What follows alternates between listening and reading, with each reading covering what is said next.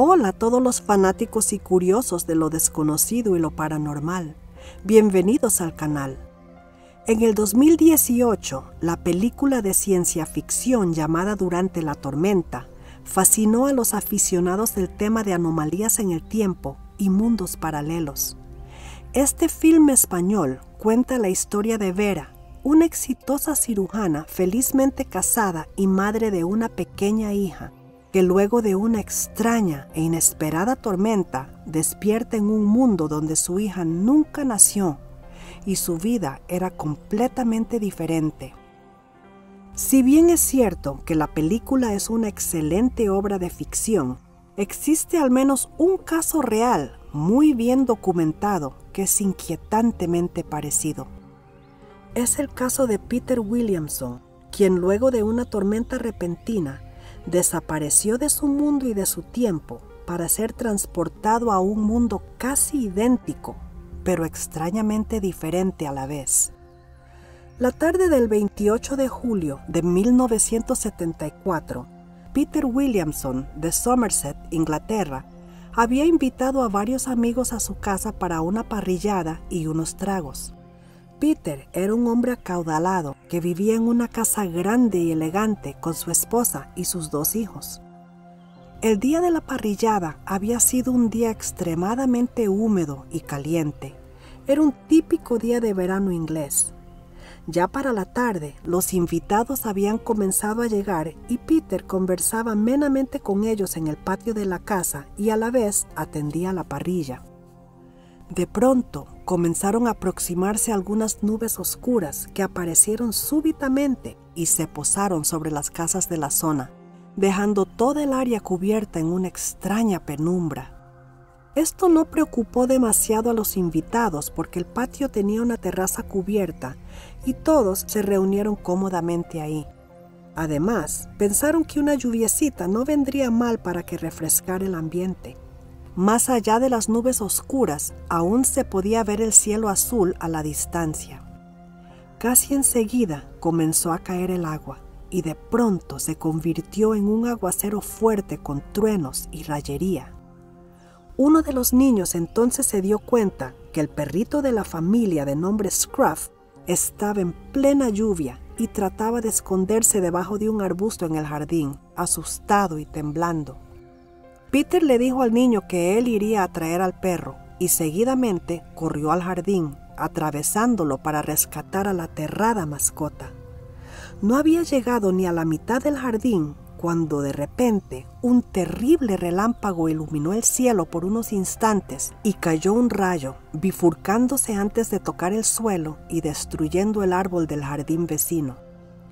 Peter quedó delineado en silueta por unos instantes y todos los ojos de los invitados se volvieron hacia él. De repente, sin ningún sonido, Peter simplemente desapareció de vista. El perro seguía ahí, pero Peter no estaba con el perro, ni estaba tirado en el césped tampoco. Mary, su esposa, comenzó a pegar gritos, creyendo que lo había alcanzado el rayo, y los niños comenzaron a llorar. Los invitados corrieron al jardín en la lluvia para buscarlo, pero luego de una búsqueda minuciosa no encontraron ni rastro de Peter. Después de buscarlo por algún rato más sin éxito, llamaron a la policía, quienes luego de una búsqueda exhaustiva tampoco encontraron rastro de él. Mary estaba al borde de la histeria y hubo que darle un sedante. Los niños fueron enviados donde unos vecinos mientras tanto, y el departamento de policía decidió dejar a 2 agentes en el lugar para que se turnaran vigilando por aquello de que Peter regresara. Nadie tenía ni la más mínima idea de qué era lo que había sucedido. Vieron a Peter desaparecer ante sus ojos. La policía pronto formuló una teoría. Pensaban que tal vez el rayo le había ocasionado algún tipo de trauma que causó que Peter tuviera amnesia o desorientación, y sugirieron que todos los invitados solamente tuvieron la impresión de una desaparición instantánea, debido a una ceguera temporal causada por el destello del relámpago. La explicación de la policía era que Peter seguramente había salido caminando del jardín mientras los invitados aún estaban cegados, por lo que no lo vieron salir. Pero lo inexplicable era que la casa estaba rodeada por una tapia alta de cemento que estaba cerrada con candado, y ese día Mary tenía la única llave en su bolsillo. Tampoco había marcas ni huellas de pisadas en la tierra mojada, ni nada que indicara que alguien había trepado la tapia. Era imposible hacerlo sin una escalera, y no había árboles ni arbustos cerca del cerramiento, ni nada de donde apoyarse. Pronto se organizó una búsqueda por todo el vecindario, y seguidamente la búsqueda se extendió a nivel nacional. Se le dio cobertura televisada al caso y se publicó la noticia de la desaparición en todos los diarios del país. Pero parecía que a Peter se lo había tragado la tierra. Pasaron 3 días de angustia e incertidumbre para los familiares y amigos. Y entonces, al tercer día, como a las 8 de la mañana, el jardinero de la familia encontró a Peter semiconsciente, acostado entre unos arbustos al fondo del jardín. Uno de sus pies estaba metido dentro de un pequeño estanque, pero aparte de esto, Peter estaba completamente seco. No estaba mojado con el rocío de la mañana, lo cual indicaba que no había pasado la noche ahí. Tampoco se le encontró llave o herramienta alguna, por lo que no pudo haber abierto el candado del portón y entrado. Estaba vestido con ropa algo diferente a la que había tenido puesta cuando desapareció. Enseguida fue llevado al hospital, donde encontraron que estaba ileso y en buen estado de salud. Pero no tenía memoria de nada de lo que había ocurrido durante esos 3 días, ni podía explicar a dónde había estado. Su esposa y sus amigos le hablaban del incidente en un intento por refrescarle la memoria, pero no recordaba nada. Luego de pasar una semana en observación en el hospital, fue dado de alta y regresó a casa con su familia. Toda la experiencia hubiera quedado atrás si no hubiera sido por los sueños inquietantes que Peter comenzó a tener poco después de regresar. Los sueños tenían relación con los 3 días que había estado desaparecido. Pero estos no eran sueños ordinarios, eran muy lúcidos y demasiado reales. Eran más bien como recuerdos. En los sueños, Peter se encontraba empapado en la mitad de un jardín sin ninguna memoria de lo que había sucedido antes. Recordaba simplemente haberse despertado y estar de pie entre unos campos de flores que bordeaban una carretera. No sabía quién era ni cómo se llamaba. Estaba desorientado y sentía miedo, pero comenzó a caminar a lo largo de la carretera sin saber hacia dónde iba. Caminó hasta entrada la noche y comenzó a sentirse tan fatigado que se sentó a un lado de la carretera para descansar. En eso pasó un hombre en carro y al ver a Peter sentado en la carretera, se detuvo para ofrecerle ayuda. Por casualidad era un médico y enseguida llevó a Peter al hospital. Ahí lo atendió un amable doctor de apellido Nugent, quien lo internó para observación. Había también una monja de nombre Alice Charles, quien era la enfermera encargada de ese sector del hospital, y Peter vio que el pabellón donde estaba internado se llamaba Pabellón Pritchard. Vestido únicamente con un blue jean y una camiseta, Peter no portaba ningún tipo de identificación que les diera una pista sobre su identidad. Se notificó a la policía, quienes llegaron al hospital para interrogarlo y tratar de determinar quién era, pero fue inútil. Los policías se retiraron, prometiendo revisar los reportes que tenían de personas desaparecidas para ver si podían dar con su identidad. Peter recordaba que mientras estuvo internado en ese hospital, sufría de episodios de lo que creían eran alucinaciones, en las que el pabellón del hospital adquiría una especie de resplandor tenue y por instantes podía ver otros muebles diferentes a los que habían ahí, y también veía a otras personas. Sin embargo, estos vislumbres eran momentáneos, y el doctor Nugent lo examinó para ver si había sufrido alguna contusión que pudiera estar causando esto, pero no se encontró nada. Otra cosa que le llamó la atención era que a pesar de que las demás personas hablaban normalmente, cuando Peter lo hacía, él sentía que hablaba lentamente, casi en cámara lenta. La tarde siguiente, un día después de que había sido internado, las monjas permitieron a Peter salir a tomar aire y dar un paseo por los jardines del hospital. El único problema era que el blue jean que tenía puesto cuando llegó lo habían botado a la basura, porque estaba demasiado roto y sucio. Solamente le pudieron entregar ya lavados la camiseta, las medias, el calzoncillo y los zapatos que había traído puestos. Afortunadamente, el paciente en la cama de al lado de Peter, con quien había hecho amistad, tenía un pantalón de corduroy verde que ofreció prestarle. Peter lo aceptó agradecido y salió. Recordaba que en el sueño caminó por un rato en el jardín y luego fue a la cafetería del hospital y pidió un té, pagándolo con unas monedas que le había dado una de las monjas. Después regresó al cuarto, donde se puso a leer un libro y por último se durmió.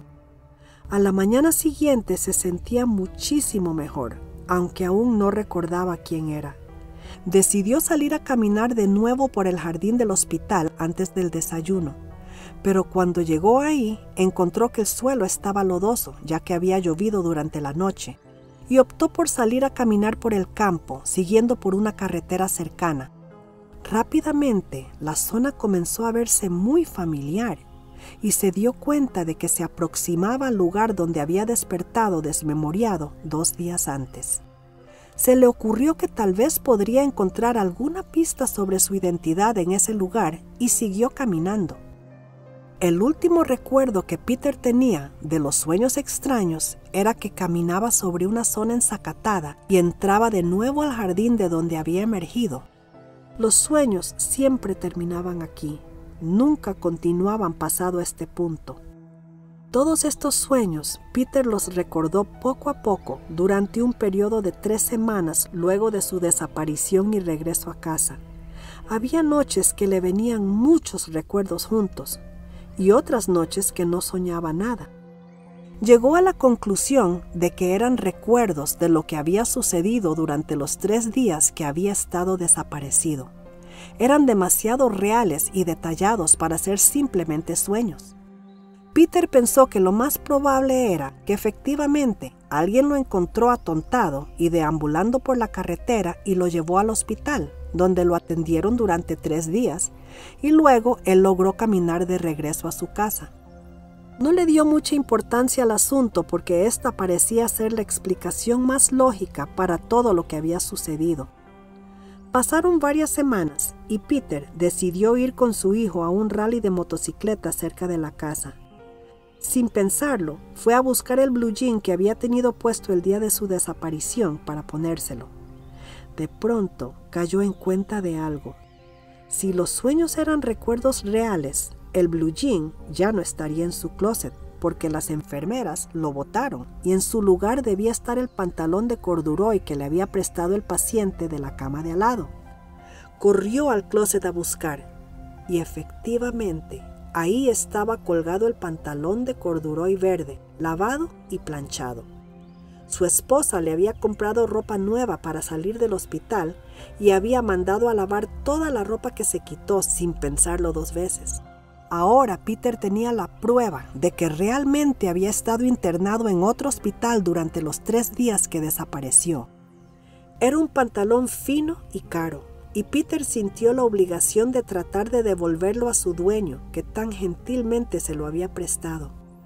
También pensó que si pudiera rastrear de alguna manera al dueño, podría descubrir a dónde quedaba el pequeño hospital que recordaba en sus sueños y darle las gracias al personal por la atención recibida. El pantalón tenía una etiqueta adentro que indicaba el nombre del sastre y el pueblo cercano donde se ubicaba la sastrería. También tenía bordadas las iniciales JB. Era costumbre entre la generación mayor de la época hacer bordar sus iniciales en las etiquetas cuando se mandaban a hacer un pantalón.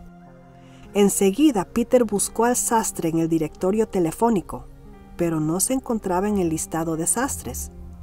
Al poco tiempo, decidió manejar los 150 kilómetros hasta el pueblo que indicaba la etiqueta para ir en persona donde el sastre y preguntar por el dueño del pantalón. Era un pueblo pequeño donde todos se conocían. De hecho, no había ningún sastre o sastrería con ese nombre en todo el pueblo. Frustrado, Peter decidió preguntar en la Cámara de Comercio local y descubrió que en los años 1950 sí hubo un sastre con ese nombre en el pueblo, pero su sastrería se había quemado en un incendio y nunca más la volvió a abrir. Totalmente desconcertado, Peter regresó a su casa.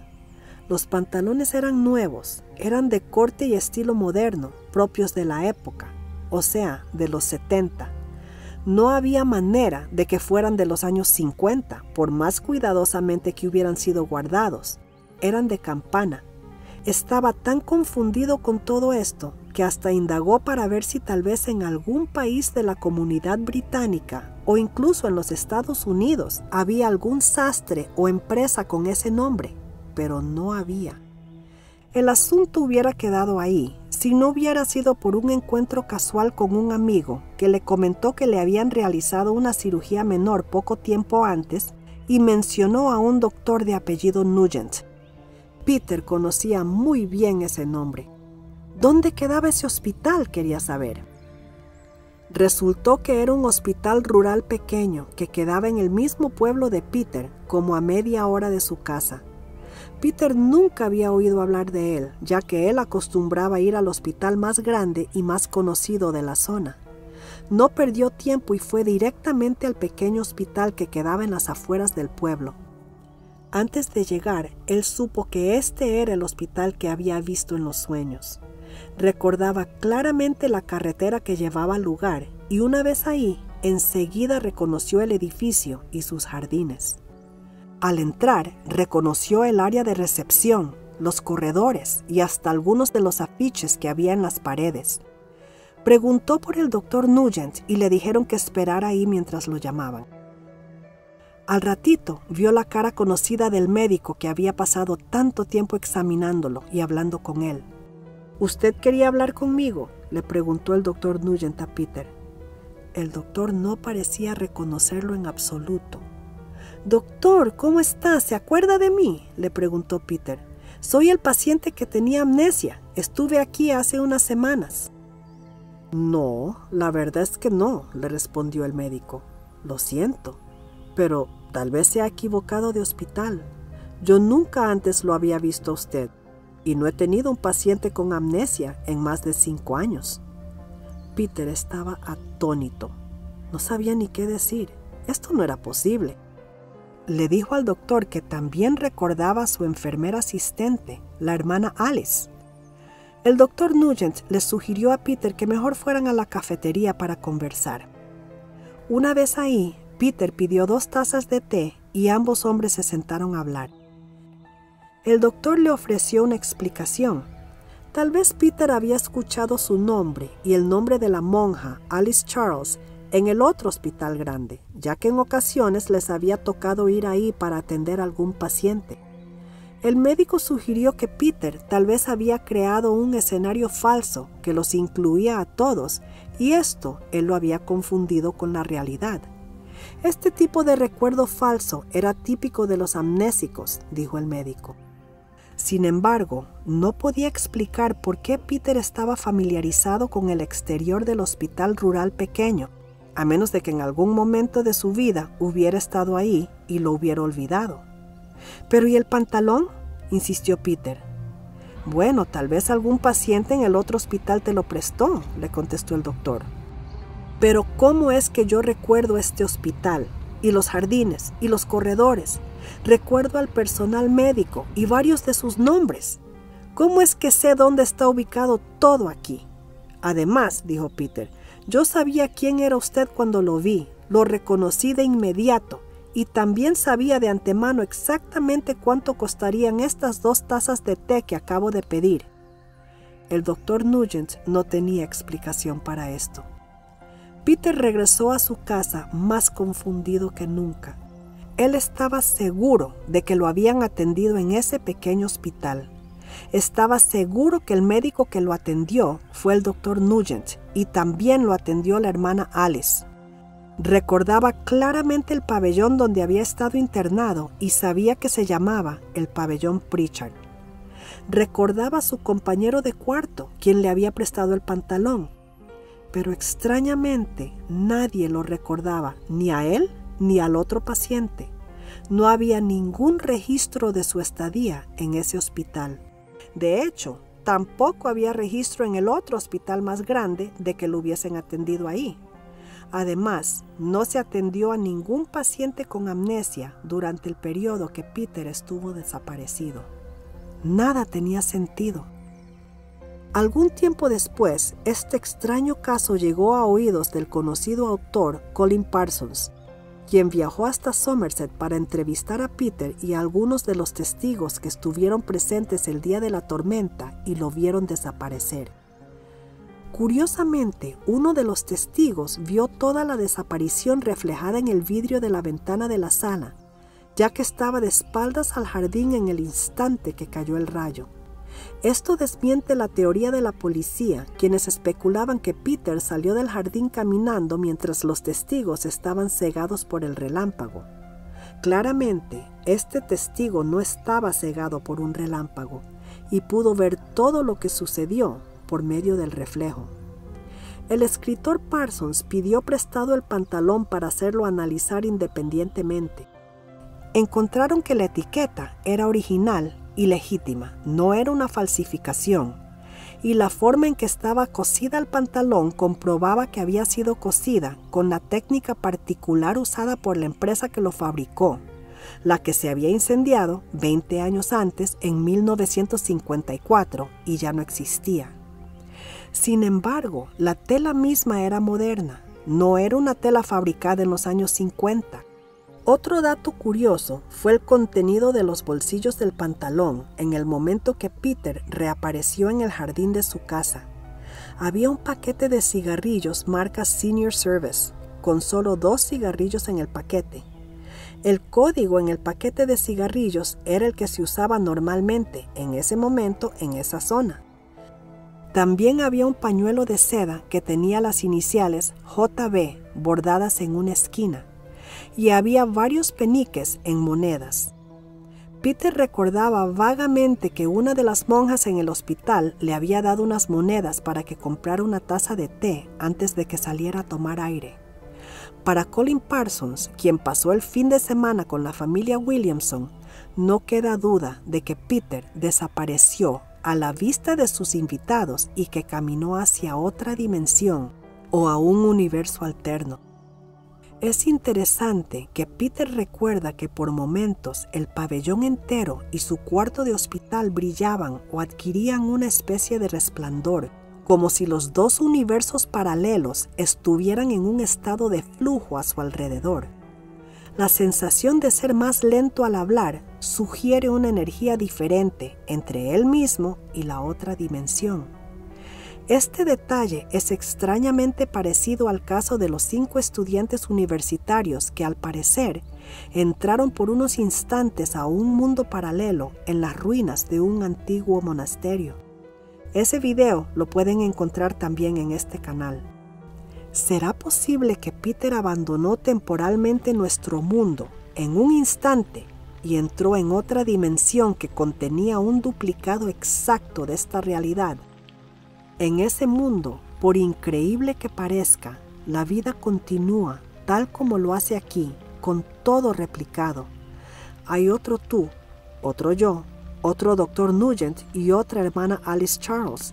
Y aunque en general está sincronizado con esta dimensión, no se puede sincronizar con exactitud.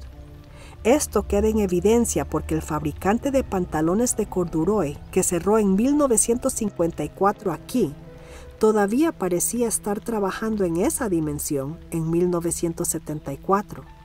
Y aunque Peter se trasladó a ese mundo, su contraparte no pasó inmediatamente al nuestro. Por lo tanto, durante un breve periodo de tiempo, tal vez existieron 2 Peter Williamson en la otra dimensión.